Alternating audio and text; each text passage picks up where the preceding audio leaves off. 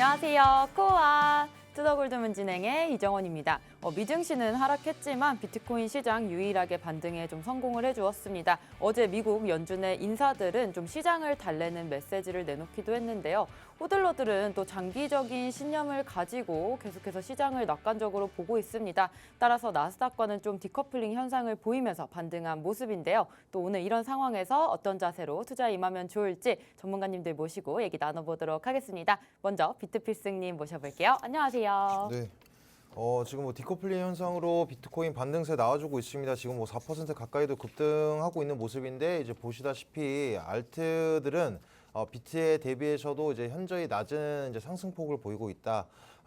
이제 지금 이제 10월 이제 예정되어 있는 중요한 지표 중에 10월 CPI 발표 전까지는 차트적인 관점으로 바라보시되 지금 이제 등락폭에 있어서는 크게 의미를 부여하지 않으셔도 되겠다라고 말씀을 드리도록 하겠습니다. 일단 원천적인 악재가 해소되지 않고 있고 우리가 아무리 이제 개별적인 우리 눈여겨보고 있는 종목들도 어느 정도의 지지선 어디서 이제 저가 매수 타이밍이다라고 보고 있지만 막상 이제 시장 상황을 동반돼서 보지 않는 사람은 거의 없을 거라고 생각합니다. 지금 시장 상황이 딱 그렇습니다. 아직 이제 원천적 악재 해소가 되지 않고 있고 어떤 호재성 이슈가 나오지 않는 입장에서 또 이제 금리 지금 0.7% 인상폭이 이제 자이언트 스텝 이상을 11월 달에서도 단행할 가능성이 있다라고 보여지고 있는 만큼 다이나믹한 어떤 시장의 반등세라든가 큰 하락폭을 단기간 안에서는 보이지 않을 것으로 전망이 되다 보니까 지금 10월 전까지는 2580선을 유지해 주는지 관점을 보시면서 시나리오를 적용하시면서 이제 짧은 포지션을 가져가시되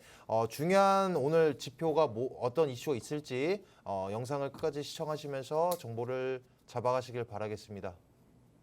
네, 비트코인에 비해서는 알트코인이 좀 낮은 흐름 보이고 있는 것 같습니다. 지금 10월 CPI 전까지는 차트적인 관점으로 2,580만 원 선 지켜주는지 좀 보면서 짧은 매매 가져가시면 좋을 것 같다는 말씀 주셨습니다. 계속해서 코인 한수님 모셔볼게요. 안녕하세요. 네, 반갑습니다. 네, 안녕하세요. 코인 한수 전문가입니다. 우선 어제 뭐 시장이 조금 올라왔죠. 근데 제가 그 부분 관련해서 다른 이제 나스닥이랑 뭐 코스피 관련해서 뭐 뒤에 더 말씀을 드리겠지만은 코스피 나스닥 떨어질 때 그래도 비트코인 암호화폐는 전체적으로 좀 버텨주고 있다라고 말씀을 드릴 수 있습니다. 자, 이 부분을 보시면서 제가 좀 말씀을 드릴 수 있는 거는 아무래도 워낙 이제 연중 무휴 24시간 돌아가는 이 장이다 보니까 선 반영이 너무 빠르게 이루어진 것이 아닌가, 그러고 나서 이제 나스닥이 따라오는 것이 아닌가라고 볼 수도 있을 것 같아요.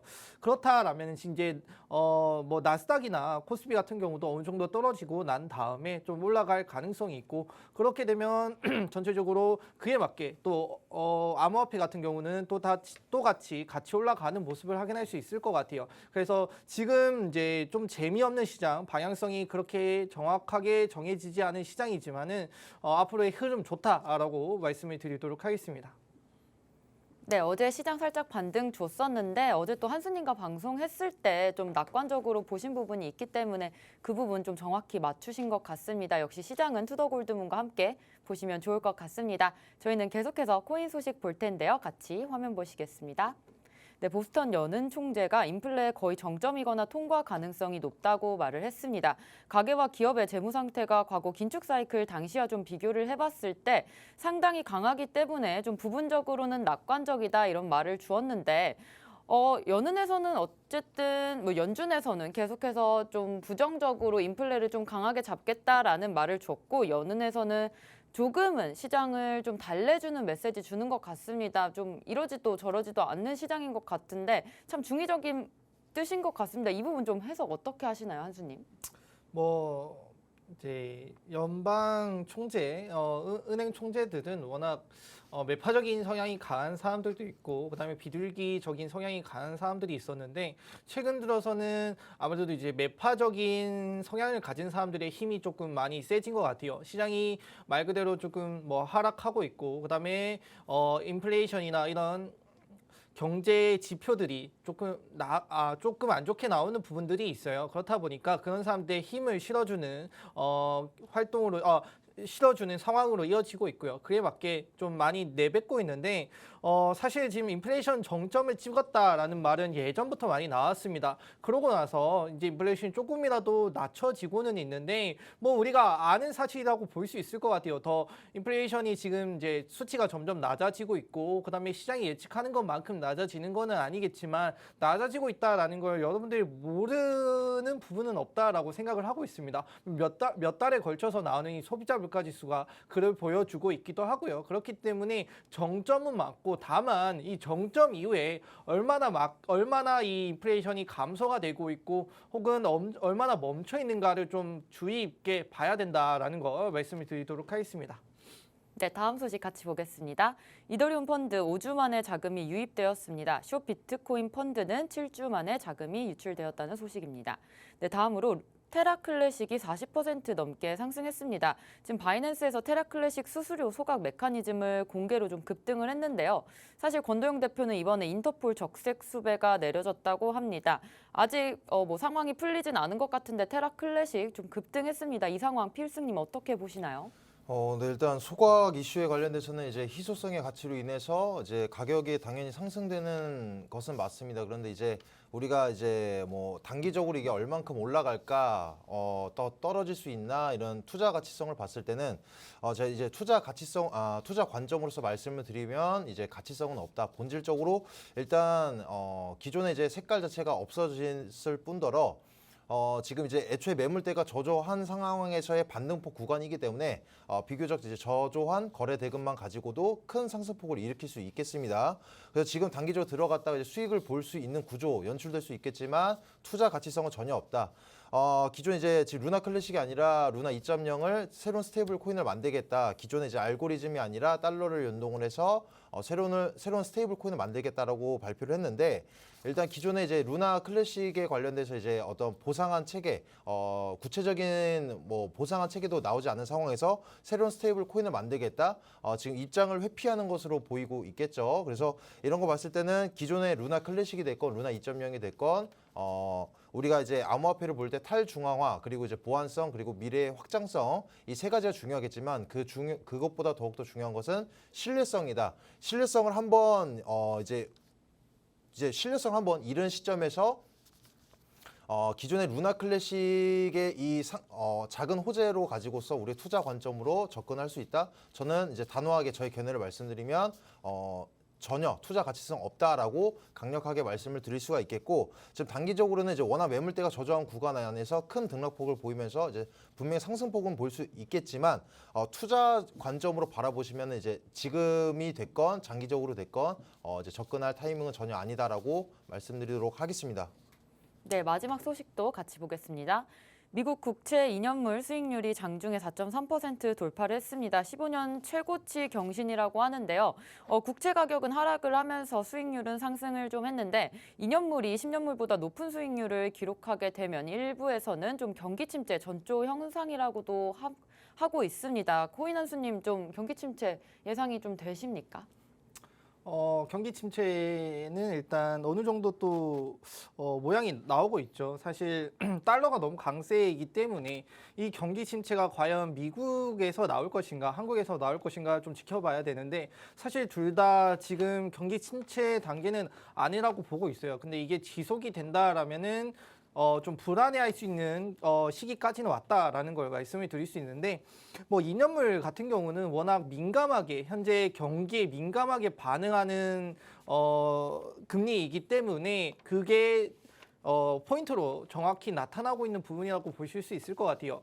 그래서 뭐 10년물과 2년물 좀 주로 많이 보고 그러시는데 우리가 일단 현재로 봤을 때는 10년물도 중요하지만은 2년물의 수치가 얼마까지 올라가는가, 언제 감소하는가를 좀 보면서 중요하게 살펴보실 필요가 있고 미국 같은 경우는 현재 고용 시장이 너무 좋다라고 하기도 하고 좋기도 하기 때문에 경기 침체의 우려는 좀 많이 낮아지는 형태인데 이건 또 시간이 지나 보면 어떻게 될지 좀 모르는 부분이기 때문에 다 같이 좀 지켜볼 필요가 있다 말씀드리겠습니다.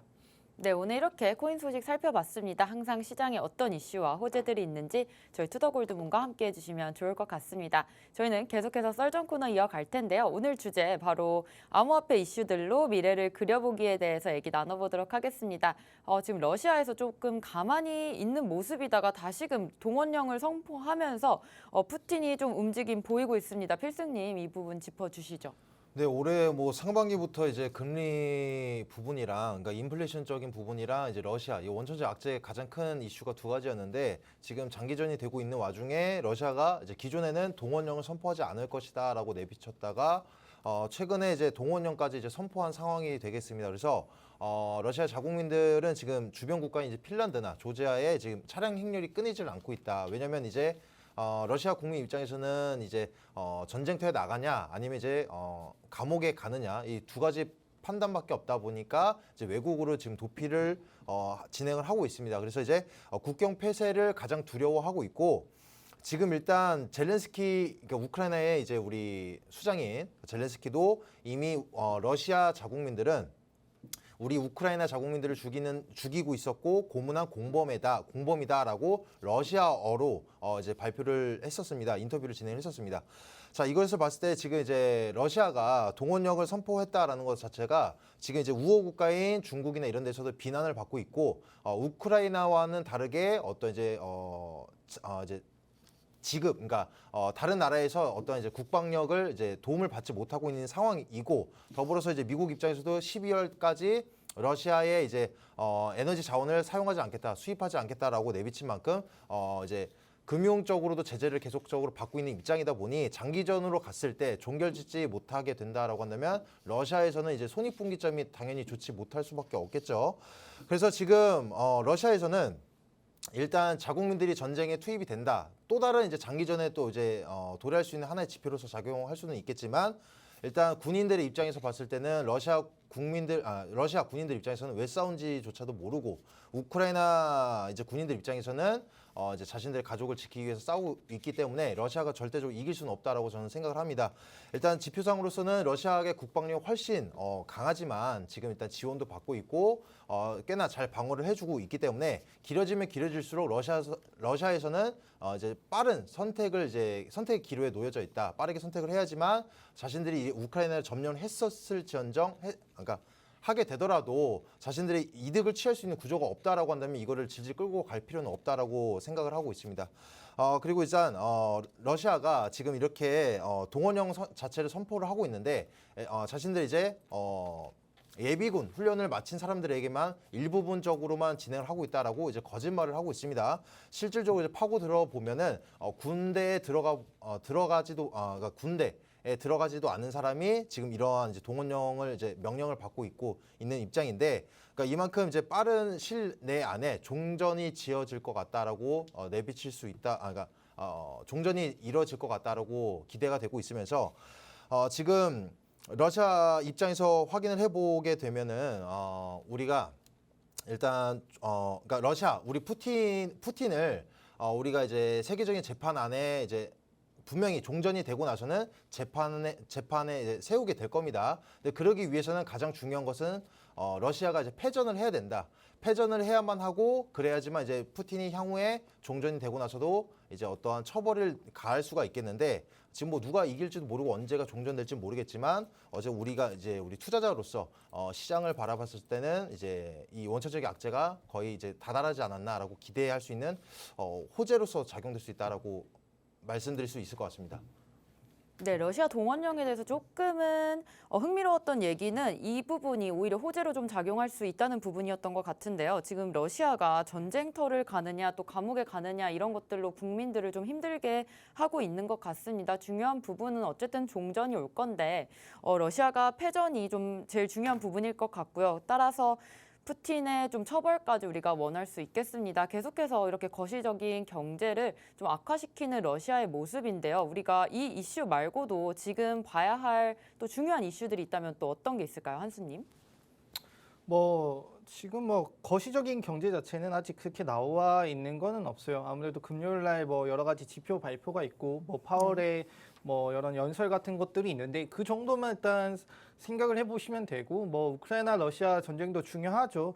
근데 이제 어느새 사람들의 관심으로부터 많이 멀어진 게 사실이다라고 좀 말씀을 드릴 수 있을 것 같아요. 그만큼 이제 시장에 반영되는 이 여파들이 많이 줄었고 선반영됨에 따라서 뭐 결과가 중요하긴 하겠지만은 그거는 지금 당장 어떤 영향을 주기에는 좀 힘들어 보인다라는 걸 좀 생각을 말씀을 드릴 수 있고 현재 제가 오늘 준비한 내용은 이제 글로벌 가상자산 도입 지수라는 게 있다라고 해요. 그래서 이 부분 여러분들한테 좀 말씀드리고 우리 아직 한국이 갈 길이 멀었다라는 걸 덧붙여서 말씀을 드리려고 합니다. 자, 이 크립토 윈터에도 불구하고 이제 여러 나라 글로벌 가상자산 도입은 지속적으로 이어졌다라고 해요. 그래서 베트남 등 이 신흥국들이 가상자산 채택 지수가 강한 모습을 보여줬다. 한국은 이번 조사에서 한 23위 정도를 보여줬는데 사진을 통해 한번 그림을 통해 한번 보도록 할게요. 자, 여기 이제 글로벌 가상자산 도입 지수 상위 20개국에 대한 내용들입니다. 뭐 여기서부터 이제 순위가 계속 나와 있는데 1위부터 20위까지 저희는 23위니까 표에 나와 있진 않아요. 저 여기서 보통 보는 거는 이제 도입 온체인이나 온체인 뭐 가치, 소매 가치, 뭐 거래량, 그다음에 디파이 섹터에서 어떤 부분을 나타내는가를 좀 표시를 하고 있고 거기에 맞게 순위를 매기고 있는데 전체적인 순위를 봤을 때는 베트남이 현재 1위죠. 필리핀, 우크라이나 뭐 우크라이나 같은 경우는 전쟁으로 인해서 가상자산 도입이 좀 많이 활발해짐에 따라서 순위가 올라간 것이고요. 인도, 미국, 뭐 미국은 현재 많은 프로젝트 진행을 하고 있기도 하고요. 그다음에 러시아, 중국 이렇게 이어지는 그다음에 영국까지 포함이 되어 있네요.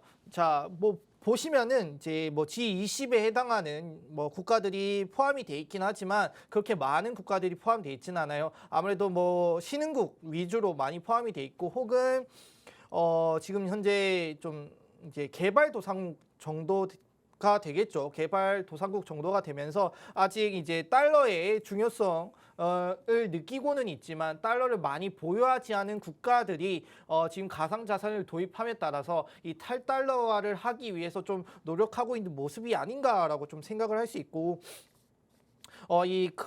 가상자산 도입은 이제 글로벌적으로 봤을 때 전체적인 뭐 주가나 뭐 그다음에 부동산 시장이 약해짐에 따라서 그 사람들이 투자할 수 있는 영역 혹은 개발할 수 있는 영역을 찾다 보니까 이게 가상자산이 아닌가라고 생각을 하고 좀 많이 투자를 하고 있고 그 부분에서 발전을 하고 있는 부분인 것 같아요. 뭐 중국 같은 경우도 이제 지속적인 정부 단속에도 불구하고 워낙 인구도 많고 그다음에 여러 기업들이 이 가상자산 도입에 좀 계속 지속적으로 투자하고 있는 모습인 것 같아요. 그래서 작년에는 이제 중국이 13위였는데 지금 10위까지 올라갔다라고 해요. 그래서 중앙화 거래소가 이제 계속 발달하고 그다음에 거래량이 증가함에 따라서 이렇게 순위가 점점 올라가고 있는데 이제 한국 같은 경우는 아직 이제 23위를 보여주면서 아직 멀었다. 현재 뭐 정부 차원에서 뭐 가상자산 관련해서 이런 규제도 만들고 뭐 어떻게 하겠다라는 내용들이 나오고 있지만은 뭐 기업적인 측면에서 봤을 때는 뭐 온체인 부분이나 디파인 부분에서는 아직은 미흡하다. 우리가 아직 발전해야 될 부분들이 많고 이렇게 되면 현재 이제 가상자산이라는 게 이제 미래의 먹거리라고 제가 말씀을 드렸어요. 현재 뭐 많은 뭐 엔지니어나 뭐 프로젝트를 개발하는 이제 사람들이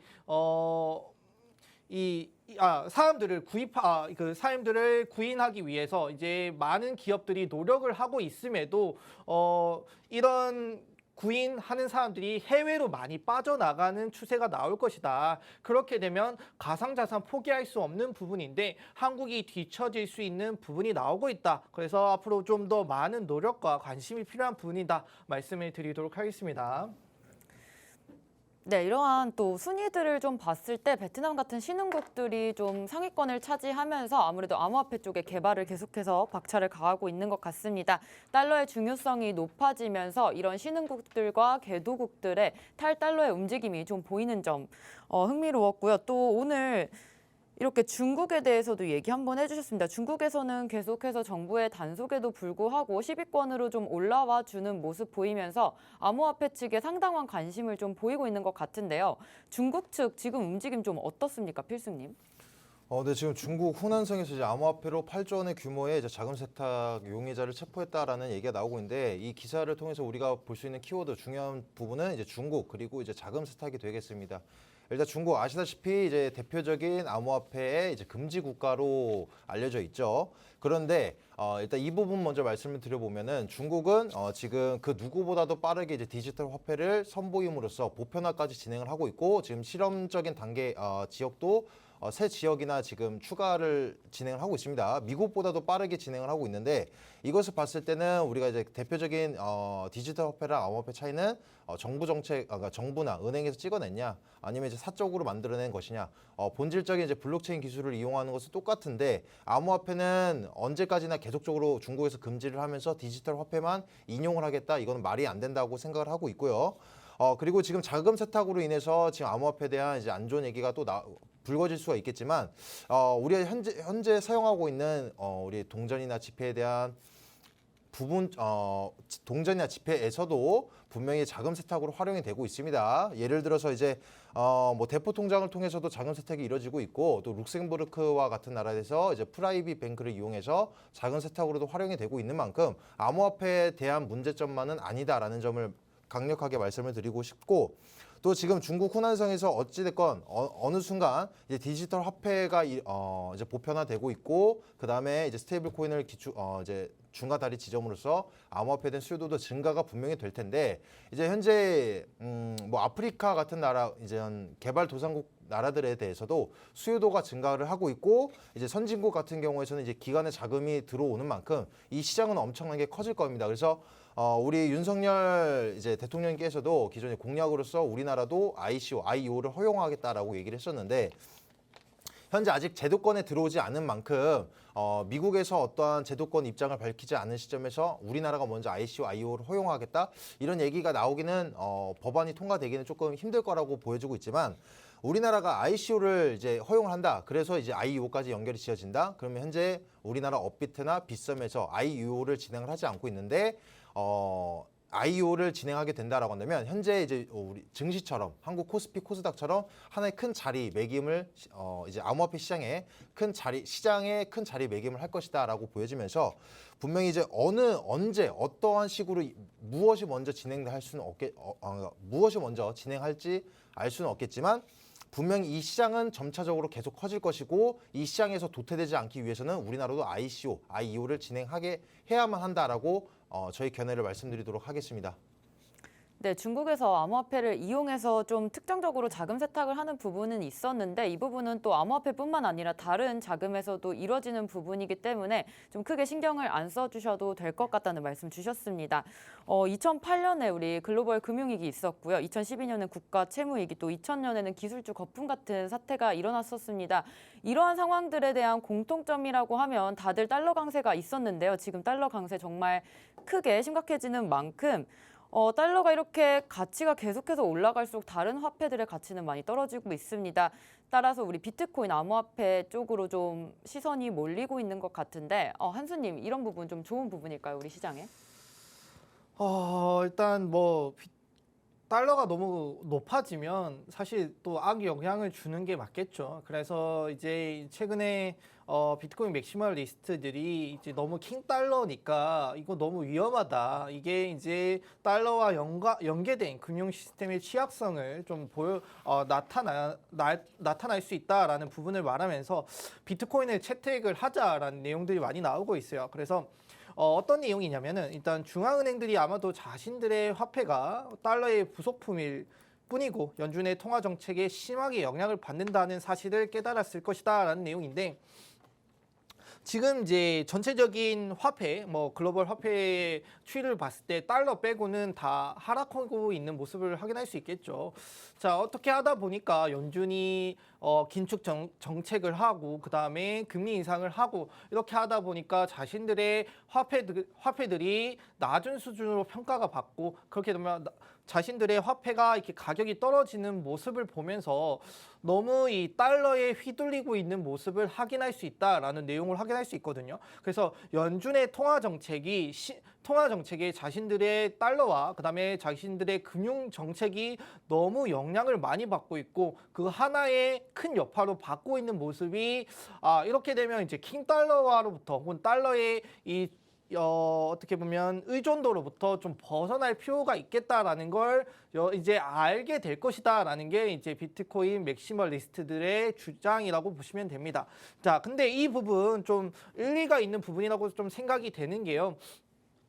달러가 계속 가격이 올라가면은 이제 달러를 가지고 있는 사람만이 강력한 경제의 기반이 되기도 하죠. 그렇다 보니까 미국이 현재 계속 1위권인 나라일 수밖에 없는 부분일 것 같아요. 그래서 뭐 중국이나 러시아가 이 달러에 휘둘리는 게 싫어가지고 우리 탈달러화 하자. 그래서 뭐 CBDC 뭐 가상화폐를 만드는 부분도 있고요. 그다음에 러시아 혹은 중국이 지속적으로 암호화폐, 가상자산 도입을 늘리는 이유도 이 탈달러화를 하기 위해서인 부분이 있을 수 있습니다. 그래서 이 비트코인 맥시멀리스트들이 뭐 최근에 이제 대표적인 샘슨 모 같은 경우도 엘살바도르 비트코인 이제 법정화폐 도입을 도운 부분이기도 하고 그다음에 그 이후에는 중남미와 그다음에 아프리카 여러 국가의 또 비트코인 채택을 돕고 있어요. 자, 아무래도 뭐 돈 많은 나라, 잘 살고 있는 나라가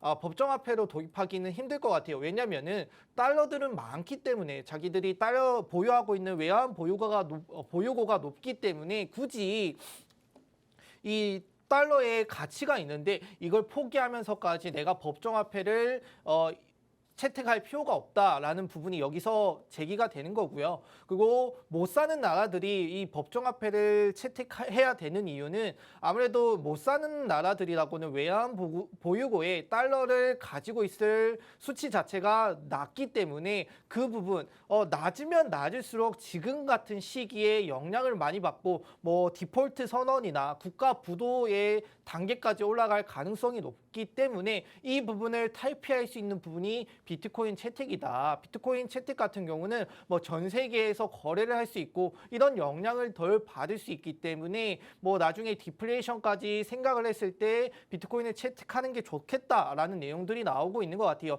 그리고 여기에 더불어서 탈중앙화 빈도수가 높기 때문에 다른 나라의 영향으로부터 자유롭다. 그러므로 나중에 시간이 지났을 때는 잘 사는 나라와 못 사는 나라 이렇게 구분이 되어서 여기는 비트코인을 채택하고 여기는 달러를 채택할 것 같은데 그렇게 되더라도 암호화폐의 중요성은 높아질 것이다라는 걸 말씀드리도록 하겠습니다.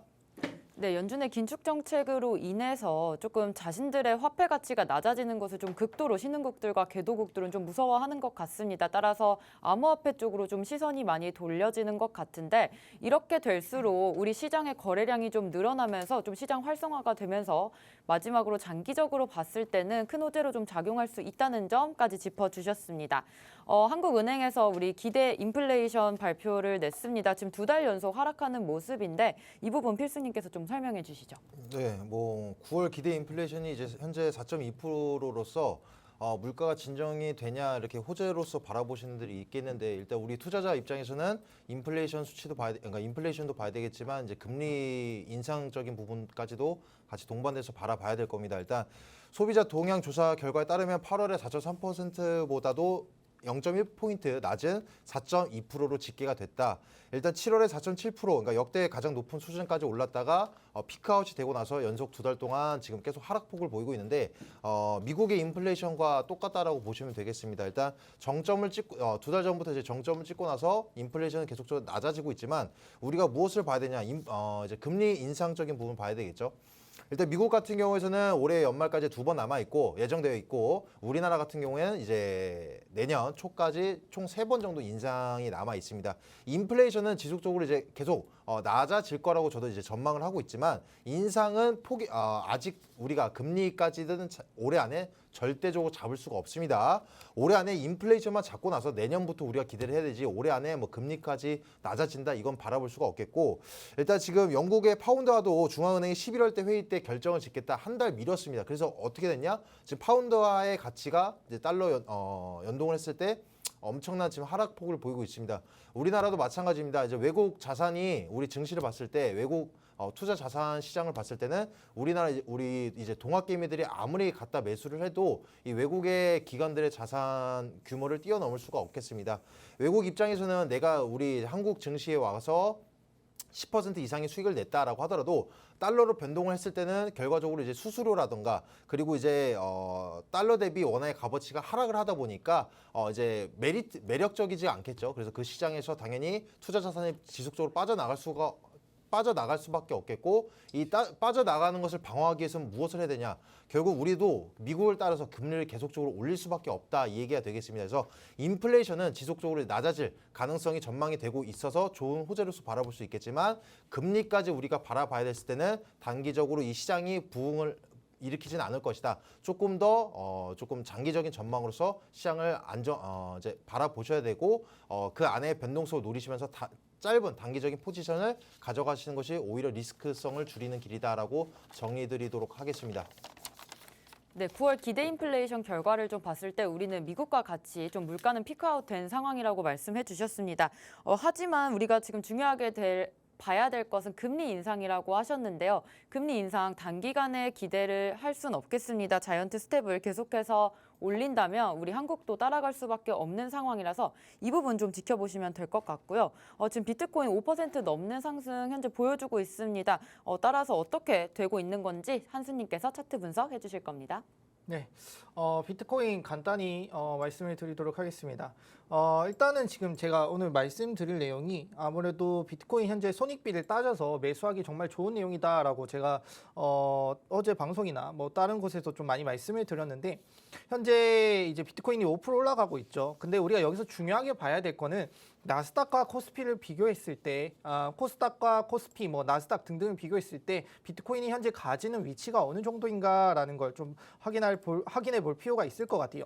자, 나스닥 같은 경우는 현재 뭐 4일 연속, 뭐 5일 연속 계속 하락하면서 아직 뭐 하락이 끝났다라는 부분을 찾기 힘든 부분을 확인할 수 있죠. 뭐 코스닥도 뭐 며칠 연속 계속 하락하면서 똑같은 뭐 나스닥과 이어지는 모습을 확인할 수 있는데 자. 현재 이 킹달러의 해지 순환으로서 비트코인이 빛을 발하고 있는 부분이 여기이지 않을까라는 거 좀 확대해서 보여드리겠습니다. 자, 뭐 주말 쉬니까 제가 한 일주일치를 봤을 때 일주일 전 종가 기준으로 봤을 때 나스닥 같은 경우는 현재 뭐 한 6% 정도 빠진 걸 확인할 수 있는데 비트코인은 이 일주일 전 종가와 비슷했다가 오늘 같은 경우는 현재 뭐 5%, 6%까지 올라가는 모습을 보여주면서 아무래도 현재 이 힘든 시장, 뭐 나스닥, 뭐 코스피 기업 실적 발표 시즌에 맞춰서 흔들리는 모습을 확인할 수 있는데 비트코인은 지금 이 디커플링을 통해서 이런 킹달러에 오히려 해지 순환으로서 작용하는 것이 아닌가 간단히 봤습니다. 네. 네, 오늘 이렇게 암호화폐 이슈들로 미래 그려보기에 대해서 얘기 나눠봤습니다. 저희는 잠시 후에 코인스쿨로 돌아오겠습니다.